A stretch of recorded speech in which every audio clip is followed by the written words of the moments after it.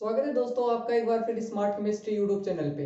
तो आज की इस क्लास में हम पढ़ने वाले हैं जो एक एल्कोहल है उनके भौतिक गुण है और उनके जो रासायनिक गुण है, हाइड्रोजन बॉन्डिंग है, उसके बारे में अध्ययन करने वाले हैं। लास्ट क्लास में हमने एल्कोहल का इंट्रोडक्शन देख लिया था और मेथड्स ऑफ प्रिपरेशन देख ली थी, इसका नोमेनक्लेचर और क्लासिफिकेशन भी जो प्रीवियस वीडियो है उसके अंदर देख लिया था। तो चलिए बात करते हैं भौतिक गुण की। एल्कोहल के कुछ भौतिक गुण है उनके बारे में देखते हैं। कार्बन 1 से 11 तक के जो एल्कोहल हैं वो सारे के सारे रंगहीन,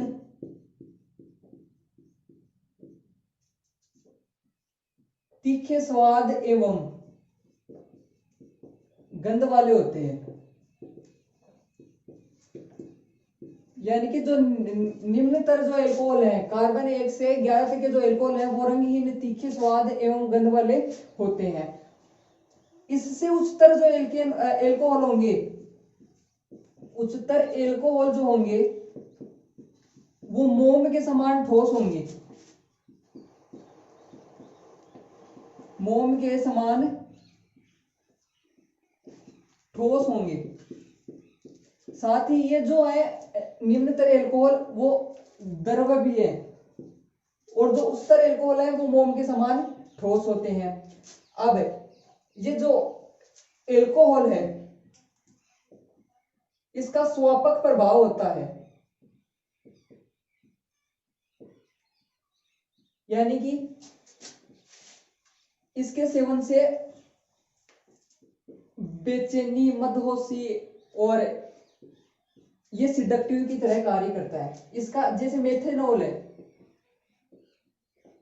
मेथेनॉल जो है इसका तंत्रिका तंत्र पर ये विष की तरह कार्य करता है।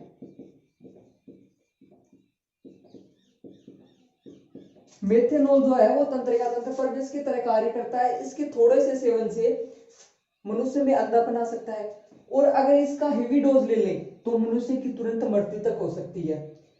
इसी प्रकार जो एथेनॉल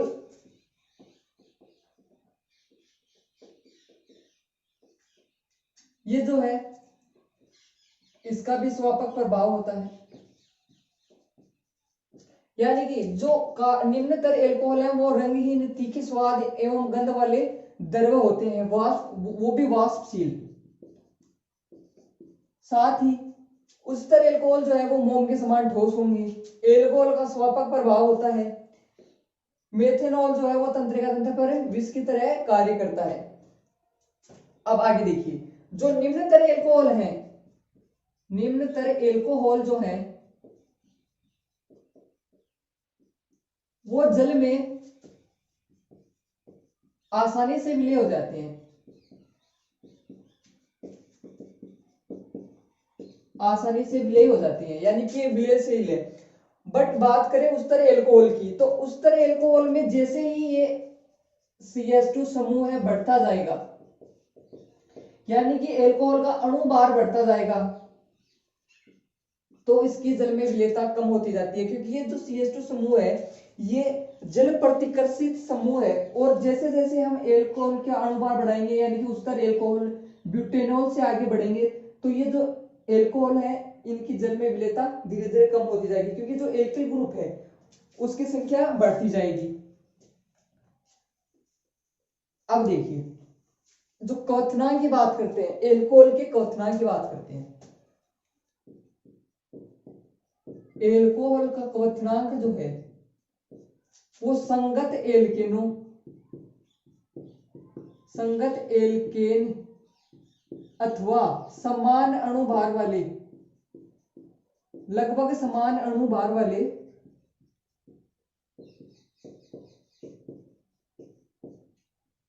यौगिकों से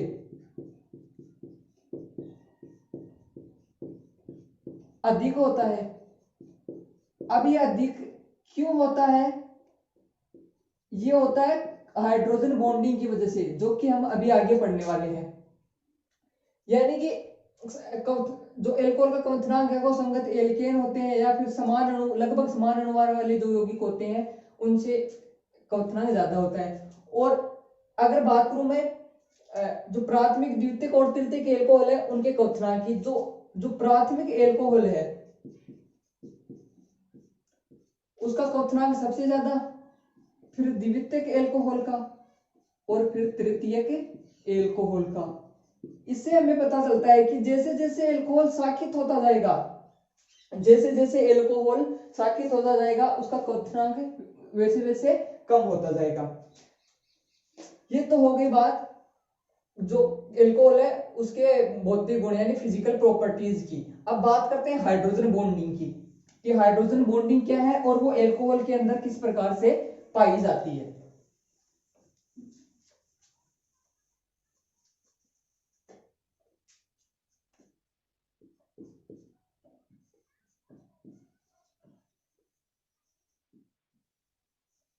हाइड्रोजन बॉन्डिंग अधिक विद्युत ऋणी तत्व,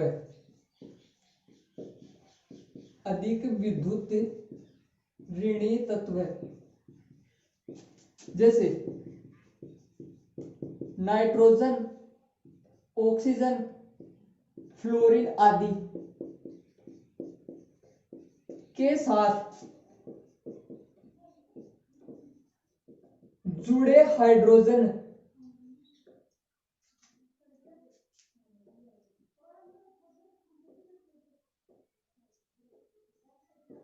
के बीच में जो बंध पाया जाता है,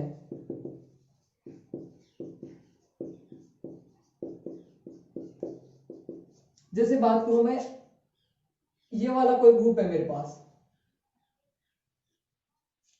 यहां ऑक्सीजन और हाइड्रोजन के बीच में बॉन्डिंग है, तो ऑक्सीजन मोर इलेक्ट्रोनेगेटिव होने की वजह से बॉन्ड के इलेक्ट्रॉनों को अपनी तरफ अट्रैक्ट कर लेता है और इस पे नेगेटिव चार्ज, साथ में इस पे पॉजिटिव चार्ज, यानी बंध के इलेक्ट्रॉन जो है वो ऑक्सीजन की तरफ चले जाते हैं। इस वजह से जो ऑक्सीजन है उस पे नेगेटिव चार्ज आ जाता है और जो हाइड्रोजन है इस पे पॉजिटिव चार्ज आ जाता है, यानी कि ये जो है धनावेशित हो जाता है और ये ऋणावेशित हो जाता है। अब ऐसे यौगिक जिनके बीच में या जिनके यौगिकों में हाइड्रोजन और हाइड्रोजन से अधिक विद्युत ऋणी तत्व के बीच में बंध पाया जाता है उसे हाइड्रोजन बॉन्डिंग कहते हैं। जैसे एल्कोहल की बात करूं मैं, एल्कोहल के अंदर यहां पे हाइड्रोजन और ऑक्सीजन के बीच में बॉन्ड है। अब एक और जब मैं एल्कोहल का यौगिक लेता हूं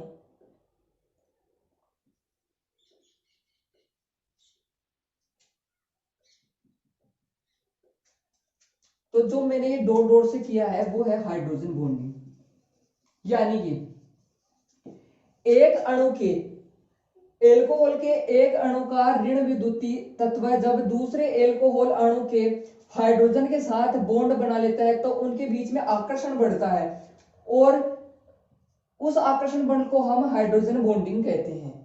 और इस हाइड्रोजन बॉन्डिंग की वजह से जो यौगिक होते हैं उनके मध्य आणविक संगुणन बढ़ता है, यानी कि दो से अधिक यौगिक जो है आपस में अटैच हो जाते हैं और एक बड़ा अणु बना लेते हैं।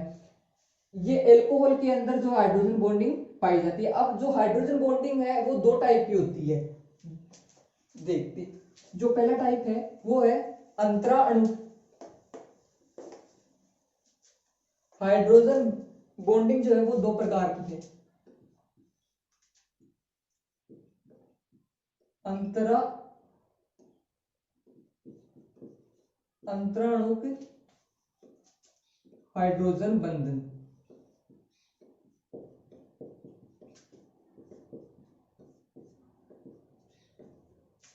यानी कि किसी एक अणु का जब ऋणावेशित भाग किसी दूसरे अणु के हाइड्रोजन के साथ बॉन्ड बनाता है तो उसे अंतराणुक हाइड्रोजन बंध कहते हैं। और ये जो हाइड्रोजन बॉन्डिंग है वो जल, एल्कोहल,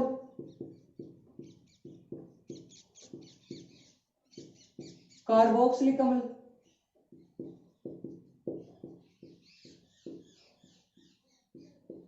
आदि यौगिकों में देखने को मिलती है। जैसे बात करूं मैं जल की, तो हाइड्रोजन बॉन्डिंग जो है वो एक से अधिक अणुओं के मध्य होता है। अब यहाँ पे ये मेरे पास एक जल का अणु है, अब एक से अधिक अणुओं के मध्य होता है यानी कि एक और जल का अणु होगा। अब ये जो ऑक्सीजन है ये ऋणावेशित है और यहाँ पे जो हाइड्रोजन है ये धनावेशित है, यानी कि इन दोनों के बीच में जो हाइड्रोजन बॉन्डिंग है वो हो जाती है। इसी प्रकार यहां से मैं एक और इस प्रकार से ग्रुप मिलते जाएंगे और यौगिक मिलते जाएंगे और उनके मध्य जो आणविक संघूर्णन है वो बढ़ता चला जाता है। ये तो बात हो गई अंतराणु हाइड्रोजन बंध की। अब जो दूसरा टाइप है वो है अंतराणु।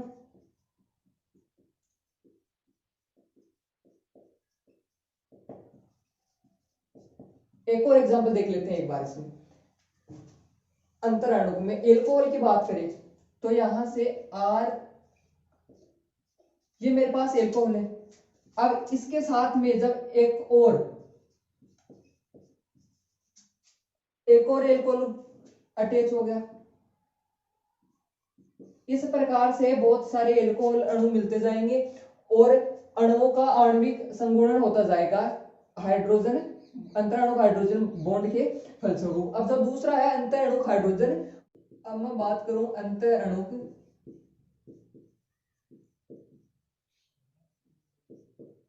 हाइड्रोजन बंधन की।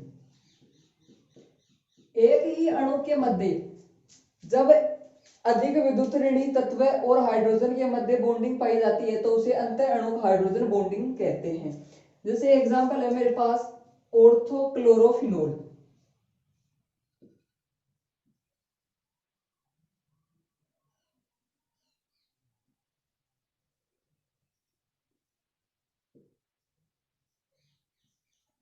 ये फिनोल हो गया।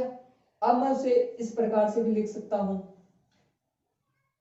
जैसे ये मेरे पास ऑर्थोक्लोरोफिनोल हो गया। अब अंतराणु क्या होता है कि एक ही अणु के अंदर जब अधिक विद्युत ऋणात्मक तत्व और हाइड्रोजन के मध्य बॉन्डिंग पाई जाती है तो यहाँ पर क्लोरीन हाइड्रोजन से मोर इलेक्ट्रोनेगेटिव, अब इन दोनों के बीच में जो बॉन्डिंग पाई जाएगी उसे अंतराणु हाइड्रोजन बंध कहते हैं। एक और एग्जांपल की बात करूं, मेरे पास सैलिसिलिक एल्डिहाइड है जैसे,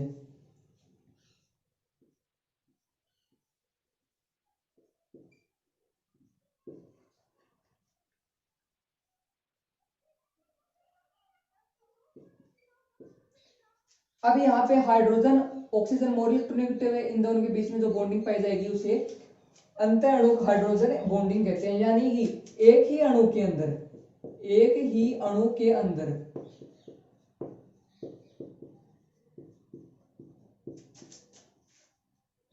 अधिक विद्युत ऋणात्मक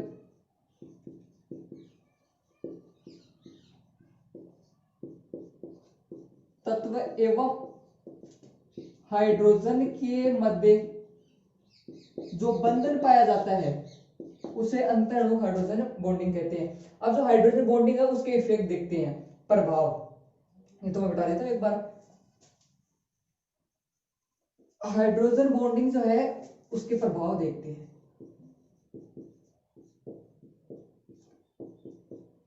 हाइड्रोजन बॉन्डिंग की वजह से एक से अधिक अणु आपस में मिल जाते हैं, यानी कि उनका आणविक संघूर्णन हो जाता है और आणविक संघूर्णन होने की वजह से उनका अणु भार बढ़ता है। इस वजह से उनका क्वथनांक जो है वो बढ़ता जाता है। यानी कि उनके मध्य, जैसे बात करूं एल्कोहल की, तो यहां से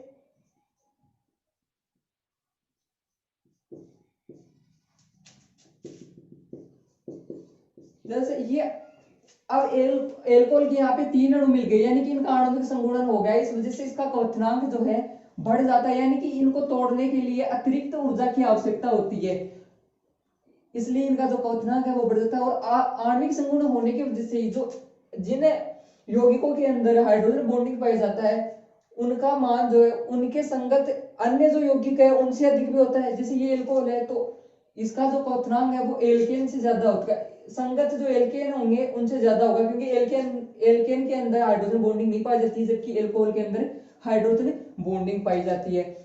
और हाइड्रोजन बॉन्डिंग की वजह से ही जल में विलेयता होती है, एल्कोहल की जल में विलेयता होती है।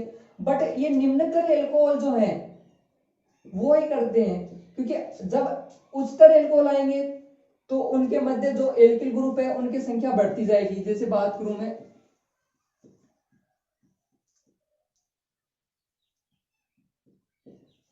तृतीयक एल्कोहल की, तो इसमें एल्कोहल समूह जो है वो जल प्रतिकर्षित समूह है। इस वजह से जो इसकी हाइड्रोजन के साथ जल के साथ जो अंतर अणु हाइड्रोजन बॉन्डिंग बनाता है वो नहीं बन पाती है, इसलिए जल में इसकी जो विलेयता होती है वो कम होती है। किसकी तुलना में? जो द्वितीयक एल्कोहल है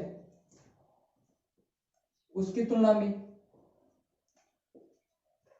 और सबसे ज्यादा जो विलेयता होती है वो प्राथमिक एल्कोहल के अंदर देखने को मिलती है। अब जो हाइड्रोजन बॉन्डिंग है, अंतर अणु हाइड्रोजन बॉन्डिंग, यानी कि एक ही अणु के अंदर होने वाला जो हाइड्रोजन बॉन्डिंग है, उससे जो है अणु के अंदर क्लेशन बढ़ता है, यानी कि उसकी जो श्रृंखला है वो बढ़ती जाती है। जैसे अभी एग्जांपल लिया था हमने ये वाला, तो इसके अंदर जो क्लेशन बढ़ता है इस वजह से अणु जो है उसका क्वथनांक घटता जाता है। ये तो बात होगी जो हाइड्रोजन बॉन्डिंग है उसके इफेक्ट की, कि उसका इफेक्ट क्या होता है। अब बात करते हैं जो एल्कोहल है उसकी केमिकल रिएक्शंस की, कि वो कौन कौन से केमिकल रिएक्शन देता है।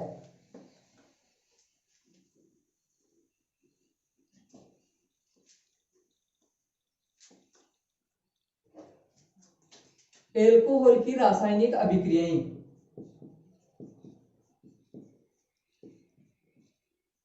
एल्कोहल की रासायनिक अभिक्रियाएं।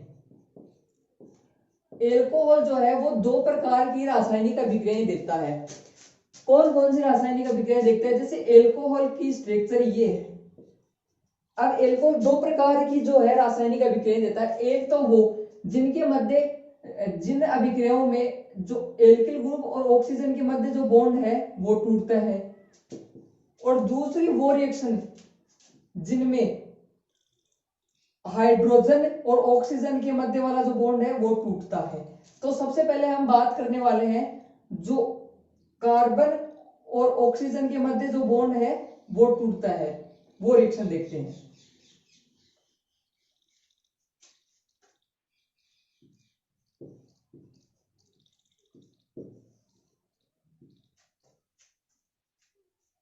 यहां से मैं जब पहली रिएक्शन की बात करूं तो एल्कोहल जो है वो हाइड्रोजन हेलाइड के साथ अभिक्रिया करता है।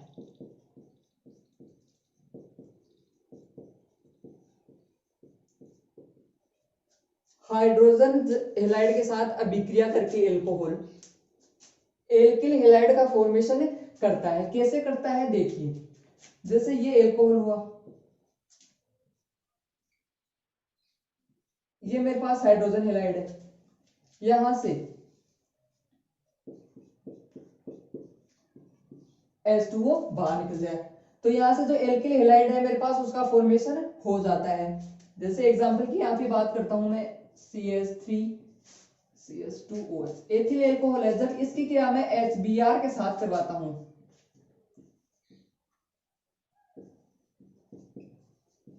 तो यहां से मेरे पास एथिल ब्रोमाइड है उसका फॉर्मेशन हो जाता है।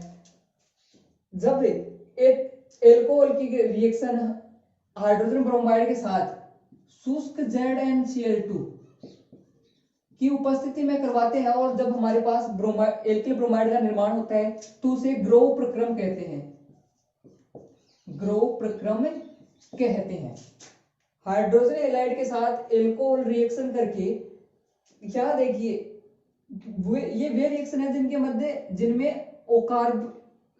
एल्किल ग्रुप वाला कार्बन और ऑक्सीजन के मध्य बॉन्ड टूट रहा है, यानी कि यहां से ये बॉन्ड और यहां से इसके माइनस इस पे प्लस, तो ये वाला इस वाले ग्रुप के साथ और ऑक्सीजन हाइड्रोक्सी ग्रुप के साथ H+ जुड़ के जलकाणु बाहर निकल जाता है। बात करो उसके मैकेनिज्म की, तो जो द्वितीयक एवं तृतीयक एल्कोहल है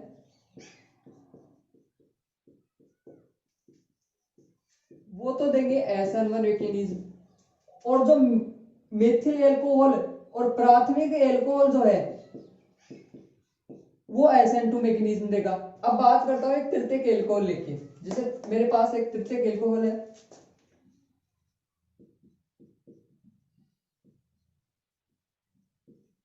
जब इसकी रिएक्शन मैं HCl के साथ करवाता हूं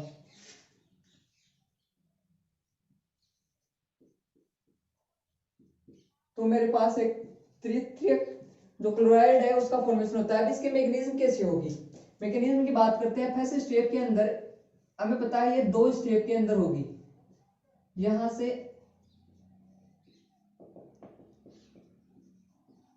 ये जो है वो तेजी से कंप्लीट होगा ही। अब यहां से ये जो है हाइड्रोजन इसके साथ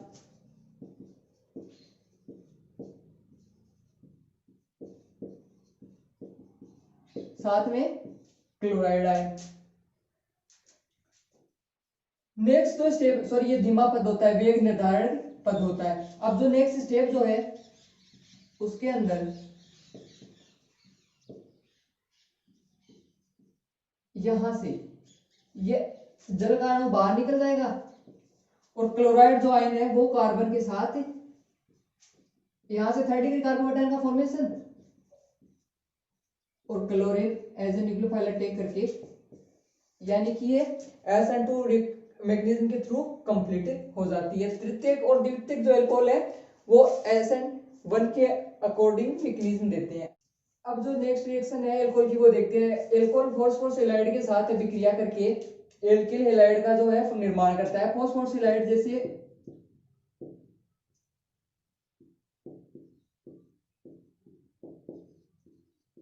ये फॉस्फोरस हैलाइड है, इनके साथ रिएक्शन करके एल्कोहल असंगत जो एल्किल हैलाइड है उनका फॉर्मेशन करता है। जैसे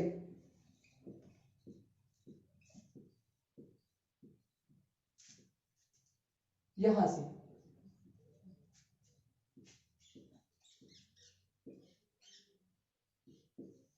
इस प्रकार ये जो है एल्कोहल वो फॉस्फोरस हैलाइड के साथ विक्रिया करके संगत एल्किल हैलाइडों का निर्माण कर लेता है। अब जो नेक्स्ट रिएक्शन है एल्कोहल की जो रासायनिक अभिक्रिया है उसके अंदर देखते हैं। एल्कोहल जो है वो थायोनिल क्लोराइड के साथ रिएक्शन करके भी एल्किल हैलाइड का निर्माण करता है। वो कैसे करता है देखते हैं। फॉस्फोरस हैलाइड के साथ तो देख लिया हमने रिएक्शन कैसे होगी, अब थायोनिल क्लोराइड के साथ देखते हैं। जैसे SOCl2 के साथ क्रिया, SOCl2 को थायोनिल क्लोराइड कहते हैं। थायोनिल क्लोराइड SOCl2 के साथ विक्रिया करके भी एल्कोहल एल्किल क्लोराइड का फॉर्मेशन करता है। साथ में HCl का फॉर्मेशन होता है और SO2 गैस के रूप में बाहर निकल जाता है। देखिए जैसे ये मेरे पास एल्कोहल है, यहां से SO2 sorry thionyl chloride SOCl2, जब इसका हम रिफ्लक्स करवाते हैं किसकी उपस्थिति में, तृतीयक एमीन की उपस्थिति में, तो यहां से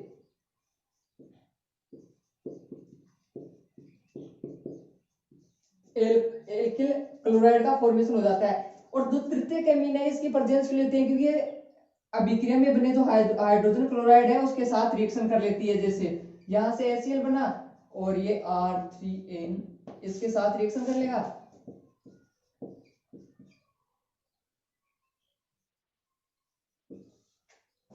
इस वजह से जो इसकी उपस्थिति में अभिक्रिया अति शीघ्र होती है और साथ में जो बनने वाला एल्किल क्लोराइड है वो मोर क्वांटिटी के अंदर बनता है। अब बात करूं, अगर मैं यहां से द्वितीयक एल्कोहल लेता हूं तो मेरे पास जैसे यहां से एक और एल्किल ग्रुप जो है ऐड कर दिया। अगर मैं द्वितीयक एल्कोहल लेता हूं, ये मेरे पास सेकेंडरी एल्कोहल है, और जब सेकेंडरी एल्कोहल लेता हूं तो मेरे पास द्वितीयक एल्किल हैलाइड का फॉर्मेशन हो जाता है।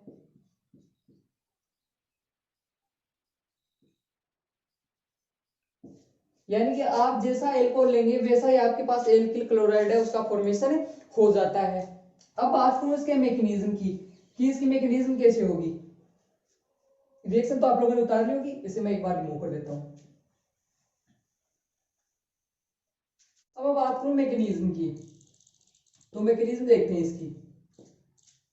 यहाँ पे मेरे पास एल्कोहल है, जब इसकी थायरोइड क्लोराइड के साथ करवाएंगे तो यहाँ से ये क्लोरीन बाहर और ये वाला जो हाइड्रोजन है वो बाहर निकल जाएगा, H+ के रूप में बाहर निकल जाएगा। और ये वाला ऑक्सीजन जो है सल्फर के साथ बॉन्ड का फॉर्मेशन कर लेता है और एल्किल क्लोरोसल्फेट जो एक स्पीशीज बनती है उसका निर्माण कर लेता है। अब नेक्स्ट स्टेप में क्या होगा, जो हमारे पास HCl बना है, ये वाला जो HCl बना है वो हमने जो तृतीयक एमीन लिया था उसके साथ रिएक्शन कर लेगा और ये क्लोराइड आयन का फॉर्मेशन कर देगा। ये जो क्लोराइड आयन है ये न्यूक्लियोफाइल की तरह अटैक करेगा इस वाली स्पीशीज पर। तो यहां से ये बॉन्ड के इलेक्ट्रॉन यहां पर और ये क्लोरीन बाहर निकल गया क्लोराइड आयन के रूप में, साथ में SO2 निकल गया और इस वाले कार्बन के साथ ये बॉन्ड का फॉर्मेशन कर लेगा और इस प्रकार से जो एल्किल क्लोराइड है उसका फॉर्मेशन हो जाता है। अब बात करते हैं जो लास्ट रिएक्शन है अपनी वो है निर्जलीकरण। इसमें दो टाइप की रिएक्शन होंगी, पहली जिनसे एथिन का निर्माण होगा, जब वे इनकेनॉल जिनमें बीटा हाइड्रोजन परमाणु पाए जाते हैं वे सांद्र H2SO4 एवं उस ताप पर एथिन का निर्माण करते हैं। जैसे ये मेरे पास एल्कोहल है, ये उच्च ताप पर एवं सांद्र H2SO4 की प्रेजेंस में एल्किन का निर्माण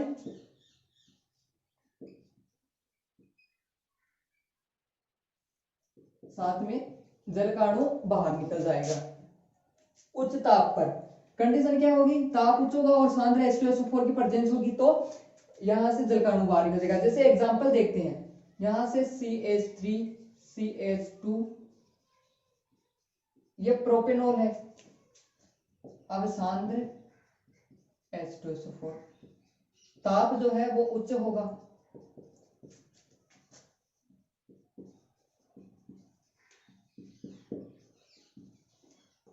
एथिन का निर्माण जो एल्किन है उसका निर्माण हो जाता है। अब रिएक्शन कैसे कंप्लीट होती है वो देखते हैं, इसकी मैकेनिज्म जो है वो देखते हैं।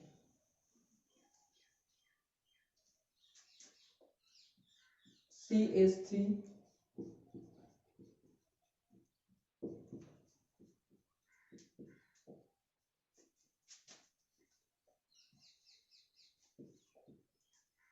यहां से ऑक्सीजन मोर इलेक्ट्रोनेगेटिव होने की वजह से इस पे नेगेटिव चार्ज और इस पे पॉजिटिव चार्ज, यहां से इस पे नेगेटिव चार्ज। अब ये जो ऑक्सीजन है हाइड्रोजन के साथ बॉन्ड बना लेगा और जल का अणु बाहर निकल जाएगा।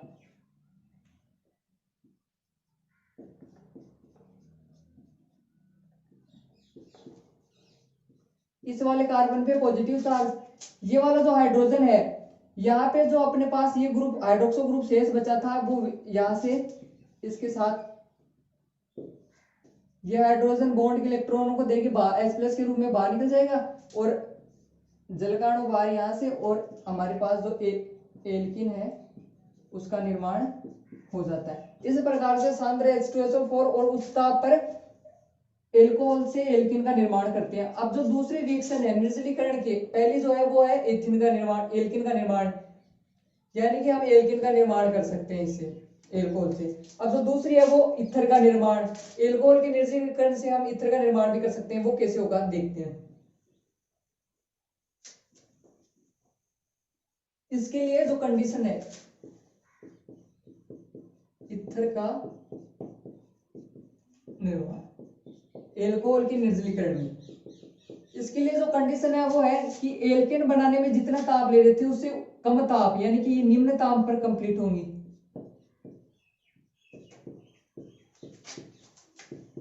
निम्न ताप पर यह विक्रिया पूर्ण होती है। साथ में जो हमारे पास जो एल्कोहल था उसकी अधिकता लेंगे, जैसे जब 140 डिग्री सेंटीग्रेड पर एल्कोहल का निर्जलीकरण करवाया जाता है तो ईथर का निर्माण होता है।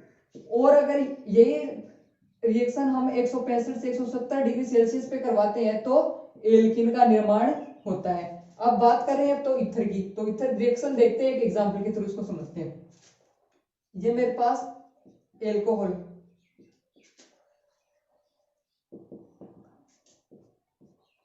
जब निम्न ताप पर इसकी रिएक्शन करवाता हूं मैं H2SO4 की प्रेजेंस में, यहां से इसके दो अणु लेंगे, तो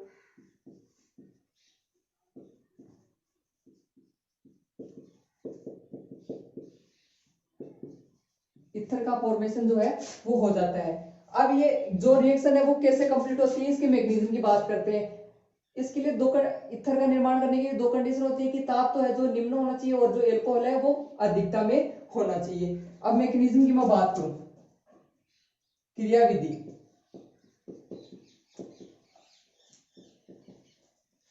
क्रियाविधि के पहले पद में देखिए H2SO4 क्या है, अम्ल, अम्ल क्या देता है H+, यहां से ये इसके साथ रिएक्ट कर लेगा,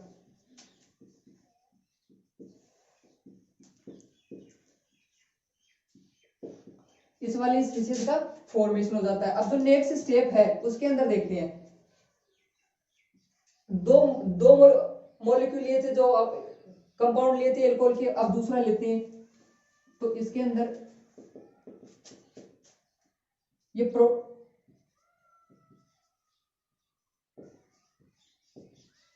अब यहां से ये जो जल का अणु यहां से बाहर निकल जाएगा। अब इस बॉन्ड के इलेक्ट्रॉन लेके इस पे नेगेटिव चार्ज, ये ऑक्सीजन जो है इस वाले कार्बन के साथ इलेक्ट्रॉन डेफिशिएंट है ये कार्बन, और इस पे लोन पेयर है, लोन पेयर दे देगा और बॉन्ड का फॉर्मेशन कर लेगा।